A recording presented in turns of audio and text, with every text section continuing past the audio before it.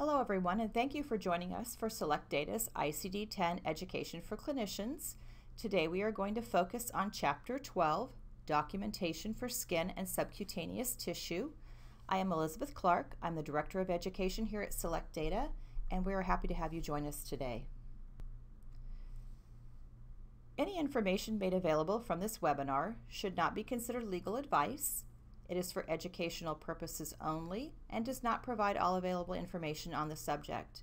Information shared is not a promise or warranty, guarantee, expressed or implied, and the opinions expressed, discussions undertaken, and materials provided do not represent any official position of Select Data.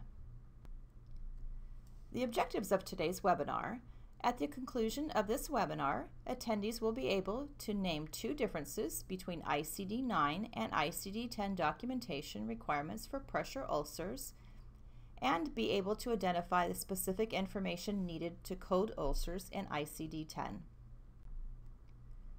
Let's get started. Chapter 12 of ICD-10 focuses on conditions of skin and subcutaneous tissue, and nowhere in ICD-10 are the changes to documentation more apparent than in this chapter, as specificity is now crucial in order for your coding specialists to assign codes correctly. For general documentation requirements, as with all other chapters, codes can only be assigned if confirmed by the patient's physician.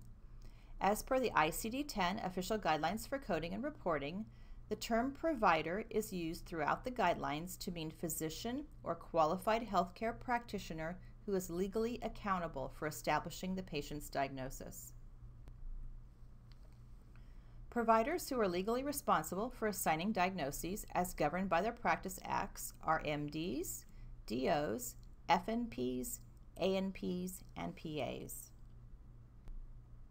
For chapter-specific documentation requirements, as per ICD-10 CM official guidelines for coding and reporting, for the depth of non-pressure chronic ulcers and pressure ulcer stage codes, code assignment may be based on the medical record documentation from clinicians who are not the patient's provider, since this information is typically documented by other clinicians involved in the patient's care. However, the associated diagnoses must be documented by the patient's provider. Now we will focus on some of the more frequently reported diseases of the skin and subcutaneous tissue in ICD-9 and compare them to ICD-10. Abscesses. Cutaneous abscesses are now coded separately from cellulitis in ICD-10. They have finally separated these out, and now they are coded separately from one another.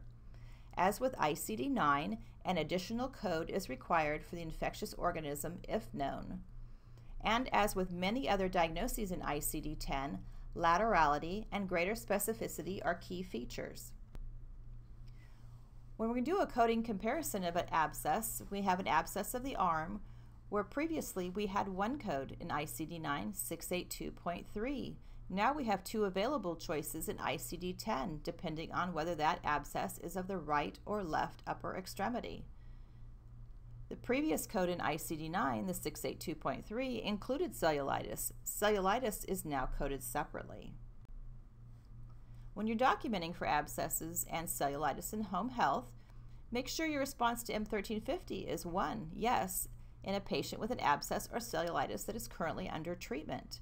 And remember, an abscess is not a surgical wound unless it is completely excised, and an IND does not constitute surgery for either OASIS or coding purposes. Unless a drain is sutured in place, it is never a surgical wound. Now let's talk about dermatitis. With increased specificity comes an increased number of available codes. You need to document what type of dermatitis your patient has. Is it atopic, seborrheic, allergic contact, irritant contact? Is it due to substances taken internally, either drugs or food? Pressure ulcers are now a combination code with both site and stage, as well as laterality, all wrapped up into one code. This will allow for more specificity in your coding and paint a better picture of your patient. This is really one of the best new features of ICD-10 for home health, is the more specificity we now have available when coding pressure ulcers. As you can see, when we're comparing a decub of the left hip, that's a stage 2. In ICD-9, it required 2 codes, 70704 and 70722. Now in ICD-10, it only requires 1 code, L89.222, and that includes the site, the left hip, the stage 2, and the fact that it's a decubitus ulcer. Now for pressure ulcers and the OASIS, be sure to accurately respond to M1306, indicating that your patient has a pressure ulcer. With OASIS C1, you need only to document the number of pressure ulcers currently present and their stage on the day of assessment in M1308. And like with coding, specificity when answering M1320 is key in reporting your most problematic observable pressure ulcer.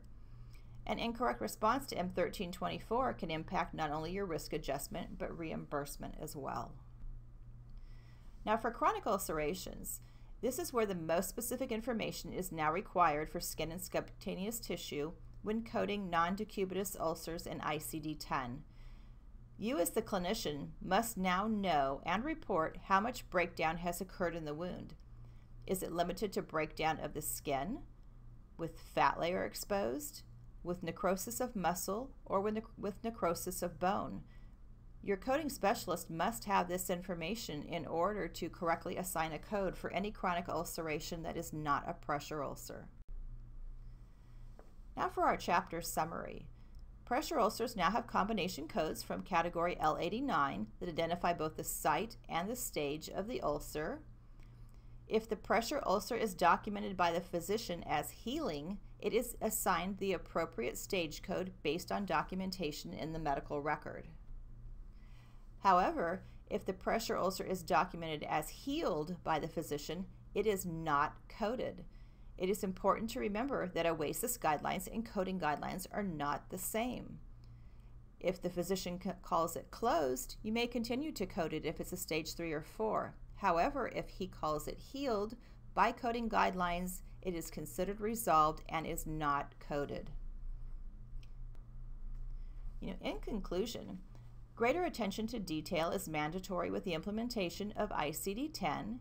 Nowhere is this more evident than when documenting for disorders of the skin and subcutaneous tissue. The time to start documenting with greater specificity is now. I thank you again for joining us today. I'm Elizabeth Clark. I am the Director of Education and the Senior Coding Quality Analyst here at Select Data. If you have any questions regarding today's presentation, please don't hesitate to contact me at the phone number above or the email address as you see on your screen. I thank you so much for joining us and have a great day.